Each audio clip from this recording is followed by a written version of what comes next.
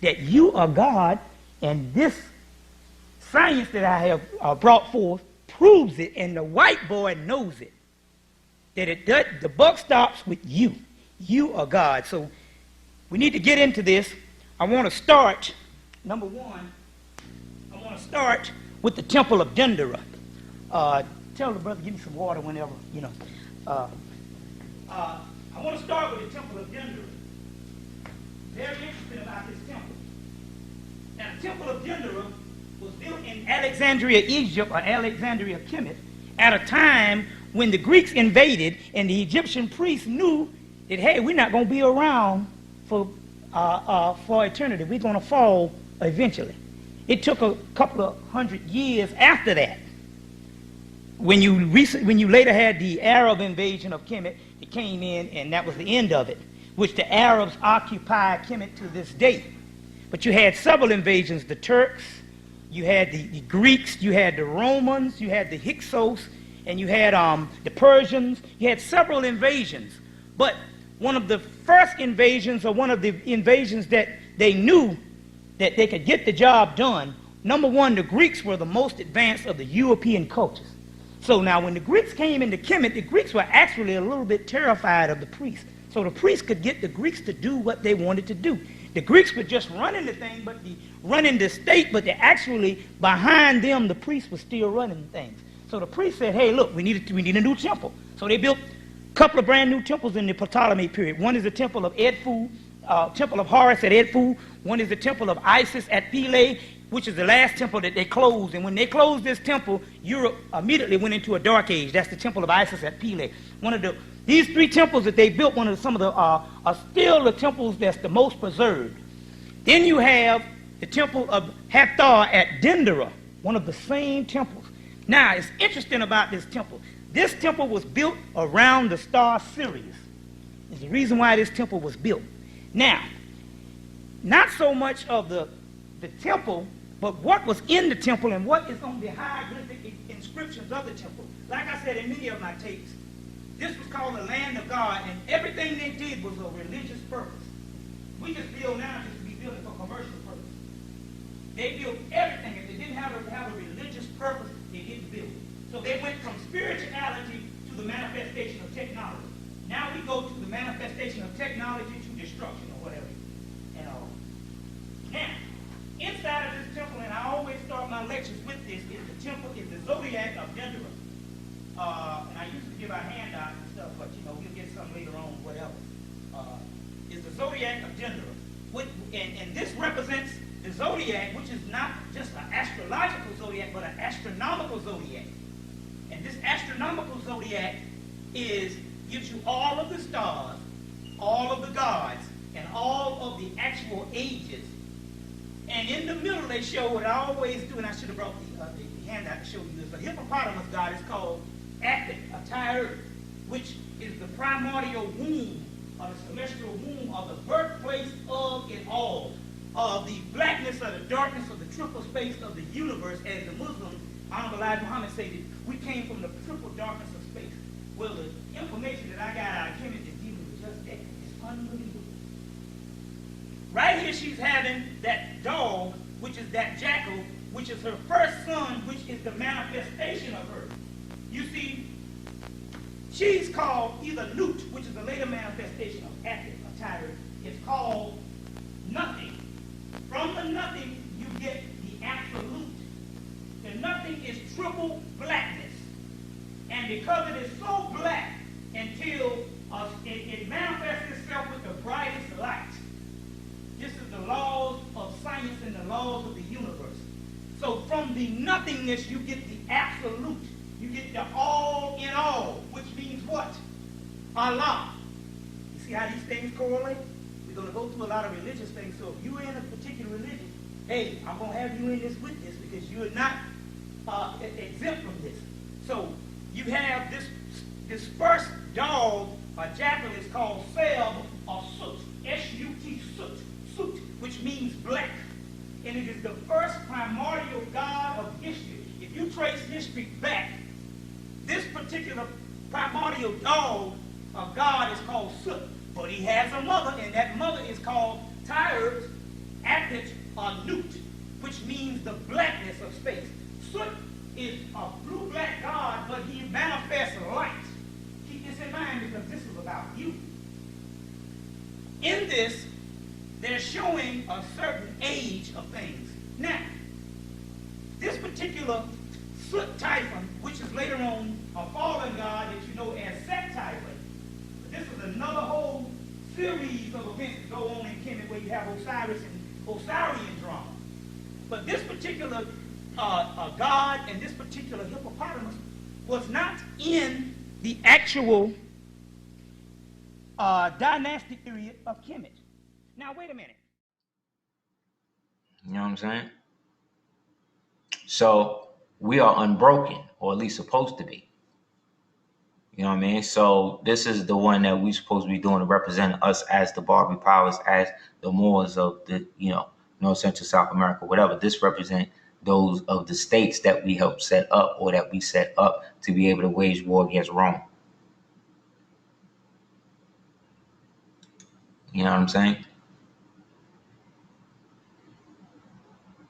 So we as native borns, would do this. If there was a group of Moors that maybe had a relationship to like straight Moroccans or whatever, then they could fly this or fly both.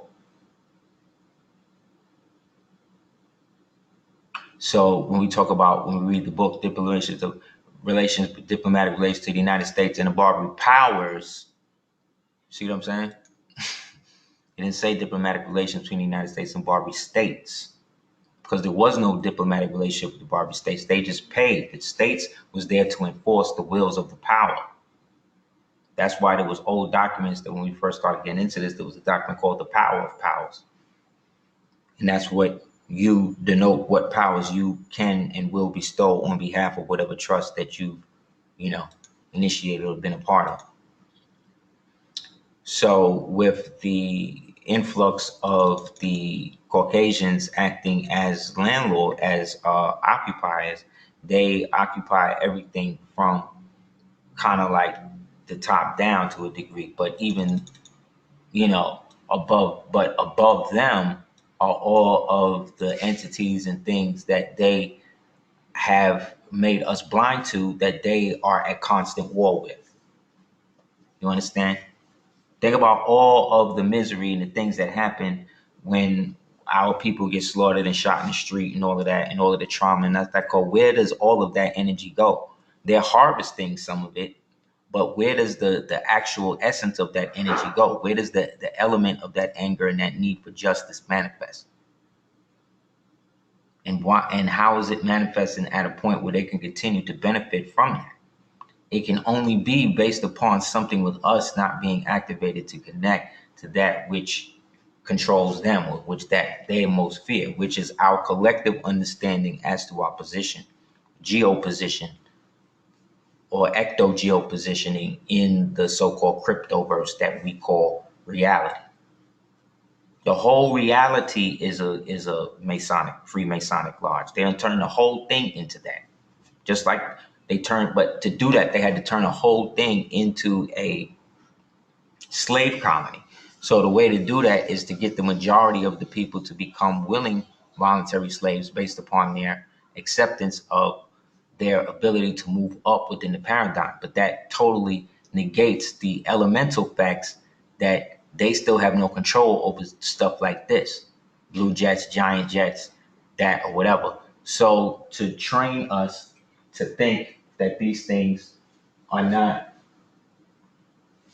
for us, they put names on them and conceptual ideas on them to make us think that it is wrong. So the whole thing with giants and monsters now being big, this is all because these are the things they know that they come in contact with, and they don't have no relationship on how to deal with it, because these are the things that's there to destroy them. You know what I'm saying? So to keep that energy from amassing within the open psyche of the public, they again create movies and things like that to divert the element within us that's directly connected to that. and then by injecting food and things with chemicals and all of that, you see what I'm saying?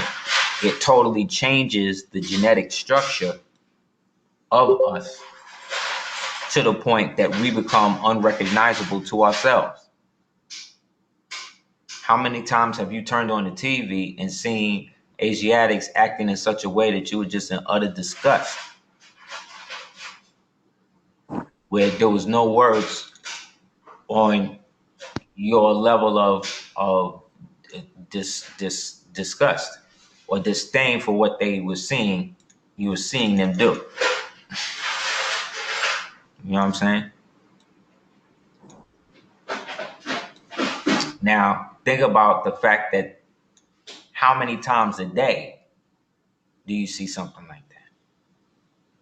That is what compounds the reality of what we're dealing with. You see? Was not in the actual dynastic period of Kemet. Now, wait a minute. Here it is. They know they're going out. So the temples that they build now, it's going to be some stuff that we catch across the Atlantic about 3,000 years later. You understand? They got Osiris, or Osar, or Aset, or Heru, Osiris, Isis, or Horus, for those of you who don't know, and Set Typhon, which is the adversary of his brother Osiris. They have these gods, but they build this temple and they put these gods of an older time. You see, your other deities come out of this and is a later representation of this. But why would you put Osiris at the forefront? Why would you put the blue-black god Sut and Apit, which is no more than earlier representation of Isis, Aset, and Heru? Are you following me? Why would they give you that particular gods and goddesses in such a late period when they didn't even use these gods and goddesses that much in the whole 3,000 to 4,000 year dynastic period? It is because this god Sut was known as a fallen god and is later represented as the devil or an evil god, but it is a fallen god. You see, this is how the story goes. He's represented as Sut, a fallen god, but he's represented also as the astronomical phase of Sirius, which was the first in heaven. It was the first of 7 other sons, but it was the first in heaven of 7 other daughters called the 7 Hathors. It was the first in glory. But as the time cycle went on, some people forgot what time it was. It's basically what's going on. Now, let me go into some things. Let's trace this to the Christian text and try to understand what's really going on. This god Sut is represented as, now this is represented as El Sadar in the Sumerian text. It's called El Sadar or El Sadi. The Jews later on get the word Jehovah from this same God. You see, now we have a link between, if we're talking about this Jehovah or Jah, the Arabs later on get the word Allah from the same God. Do you follow me? These are just different times, the same principle. And it goes all the way back to what? This dog Sirius, or this god Sut, astronomical counterpart was what? The star Sirius. Do you follow me? Trying to link this in with the heaven context of things. Now, why did they give you this? They understood that, let me get this right now. Okay. They understood that it was a certain God that used to rule the earth, and that God later on will come again to rule again, as what goes around comes around. What is in the beginning, so shall it be in the end. Now, when you're dealing with the Greeks came and they got a person named Manetho, a high priest Manetho, and they said, well, we want you to tell us the history of Egypt, or the history of Kemet. He said, okay, I'll tell you the history of Kemet. Number one, there was 500 pharaohs in the dynastic period. That's 3,000 years. There's 800 pharaohs in the pre-dynastic period. That's about 3,500, that's about 5,000 years. They say, well, who used to rule before then? They say, oh, that's when a whole bunch of gods used to rule. That's when a whole bunch of gods used to rule. Well, what do they mean by that? Well, it goes like this. This particular calendar is not talking about HEMMITT, because HEMMITT is the later version of having to put the pieces back together of something that happened about 90,000 years ago, maybe 2 million years ago.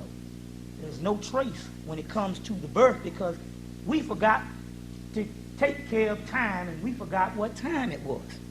And this is how it goes.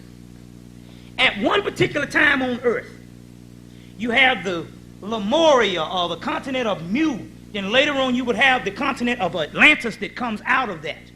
You had one race of people, black people. That's all it was. We are the prototype of what this planet is supposed to be seeded with. You follow me? We are the rootstock of what this planet originally had. Other races, we even say, well, the white man, he didn't come here for 6,000 years, or whatever. But we're talking about other races, Chinese, Indian, all of them. That is later. We're talking about ruling the earth for millions of years. What happened is the reason why they showed you the beginning is a group of beings, supposedly, from Sirius. A group of gods came down and seeded the planet. Well, what does that mean? It just means, some people say it was they came down and they bred with a certain amount of people. But what happened was this: a group of gods, and we'll explain this God factor when we go on. A group of gods came to Earth, supposedly, and set up camp here, basically. What happened was, as time went on for millions of years, all they had to do was one thing, was to keep track of time, the time when you entered, which would mean the time from where you came, from the time that you are now. Somehow the esoteric timekeeping got mixed up and they lost the track of time. In an esoteric, in a metaphysical type of structure,